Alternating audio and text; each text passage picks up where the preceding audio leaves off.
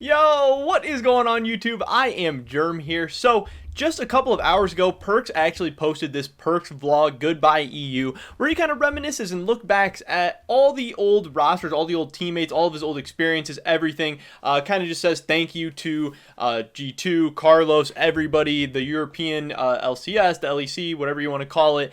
And just, looks back on everything, talks about a bunch of different experiences, and there's a lot of cool, interesting tidbits in this video, and I definitely recommend you guys go and check it out. It is actually a really, really good video. Perkz has been doing a ton of insane content so far with Cloud9, and this is a really, really great one, especially if you're an LEC fan, just being able to look back on all the great memories, because now this guy's gone, and if you're a Cloud9 fan, NA fan, getting hyped for the kind of guy and the personality and everything that you're going to be receiving, and looking back on all his hype moments, because there is a ton of stuff to talk about, but before we get in this one, I just want to mention real quick, if you're not already subscribed, definitely click that subscribe button really quick. It's fast, it's free, it's easy. It helps you guys stay up to date on all my latest content, and I would appreciate it a ton. I think we just recently hit 5,400 subscribers. Maybe we can hit 5,500 before the end of the year. I don't know. I mean, it's going to be close. We only got like 8 days left in 2020. That sounds absolutely insane, but I know I'm excited to get done with 2020. I'm sure you guys are too. Definitely click that subscribe button really quick. I would appreciate it. With that being said, here we go. I want to talk about this little clip. This is one of the clips that did catch my attention the most. So let's see what Perkz has to say. This is a pretty interesting thing that I'd never heard about. A little interesting tidbit about his career. It's actually, funnily enough, now that it's a long time since I was actually supposed to join Origen in the off-season, but G2 didn't let me go, and, well, funnily enough, that was obviously the best decision for me, right? Looking how things turned out. So I thought that was pretty crazy when I was watching this vlog. He's talking about in one of these off seasons him potentially joining Origen and sounding like he wanted to join Origen and maybe was even close to joining Origen. This would obviously have been to play with SVEN and Mithy on that Origen team to kind of replace Xpeke, as he kind of had one foot out the door, as he wanted to be retiring, all that stuff. He wanted to get into management and ownership and all that stuff.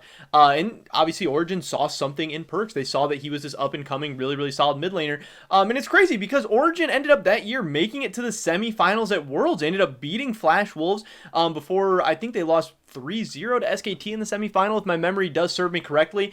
And that's just crazy. Now that we see everything that happened since then, obviously, then SVEN and Mithy leave. They head to G2, everything that happens with them, and then everything that happens with SVEN's career, everything that happens with Mithy's career, everything that happens with Perkz's career. And just knowing that all of that was so close to being so different, that's really insane, and that got me thinking a ton. I mean, with Perkz on Origen, would they have been able to maybe take some games off SKT? Would they have been able to make it farther? Maybe not that year, but then as the years progressed and as EU started to get closer and closer to some of these Eastern teams, would Origen have been like a world championship contender? Would Origen be the biggest brand and team in the LEC right now? Would G2 cease to exist? Would G2 be deemed to irrelevancy? Because if they lost Perkz and never got SVEN and Mithy, who would they have been able to get? Who would have been kind of the face of the franchise and stuff? And that's a crazy world to think about, that this one domino could have affected so many things, and such a crazy decision by Carlos, obviously, to not let his guy go. He knew what he had in Perkz, he believed in this guy, and he knew how valuable he was, and he wasn't going to lose him to Origen. And then obviously you have the career of SVEN, who he ends up going to G2. They do some awesome things. They have a lot of great ups and ups. They were a very dominant team in the LEC, but then he starts bouncing around. He leaves and goes to TSM. He doesn't look so great, but now he's kind of redeeming himself on Cloud9, maybe finding a second wind in his career.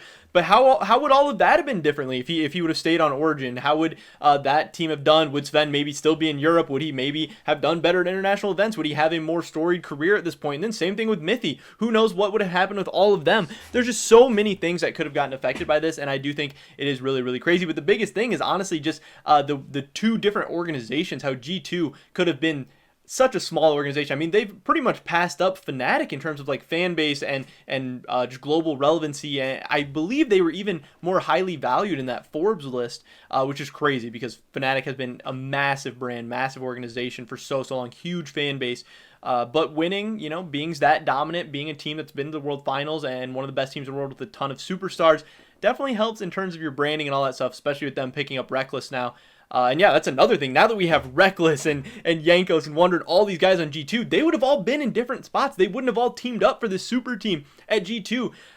And Caps would have never left Fnatic and gone there, and Reckless wouldn't have left Fnatic and gone here, and Perkz maybe wouldn't end up on Cloud9 now. Like, all of their careers could have been so different. And I just think it's crazy. I think it really shows how great of an owner and absolute mastermind Carlos has been since the very, very beginning. Always making smart business decisions, always making the smart roster moves and changes and all that stuff. Even though G2 has been through some ups and downs for sure, they've had some insanely high highs. They've had some low lows, like the G2 vacation memes and stuff like that before MSI, and G2 has had some faults and stuff at Worlds before, and their team's been very, very up and down. But he has made the right decision time and time again. He hung on to Perkz when he needed to. He went and got a replacement in mid lane and Caps, and then now he's able to get rid of Perkz for $3 million or whatever Cloud9 ended up paying, whatever crazy stuff. And it just would have changed the tides. Just looking back at this one single decision, it was pretty crazy. I thought it was really, really interesting. And again, this this vlog has a ton of awesome little tidbits like that, so I definitely think you guys should go check it out. But man, for Origen fans, for that whole team, that has to really sting. It has to really hurt, because then, even though they had that good year, even though with not getting Perkz, they still were able to make it to the semifinals at Worlds that year. The next year, things didn't go so well. The teams kind of started to teeter down. They had some weird years. They've been really, really up and down. And then now, they're not even in existence anymore. So it is weird. It does suck. And things could have been so different. Origen could be the G2 right now, potentially. And the whole LEC would have shook out completely different.